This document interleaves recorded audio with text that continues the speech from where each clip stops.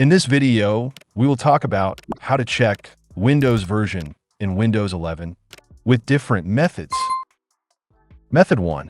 Using settings. Right-click on Start. Select Settings. On the left, click on System. Scroll down. Select About. Again, scroll down to Windows Specifications. Here, you can see Windows Edition, version, and OS build.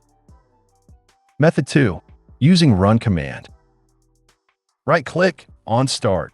Select Run. Type WinVer and press Enter.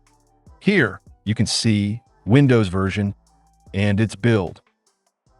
Method 3. Use Command Prompt or Terminal. Right-click on Start. Select Terminal. Type System Info and press Enter. Here, you can see detailed system info, including OS version. That's all for today. See you in the next video.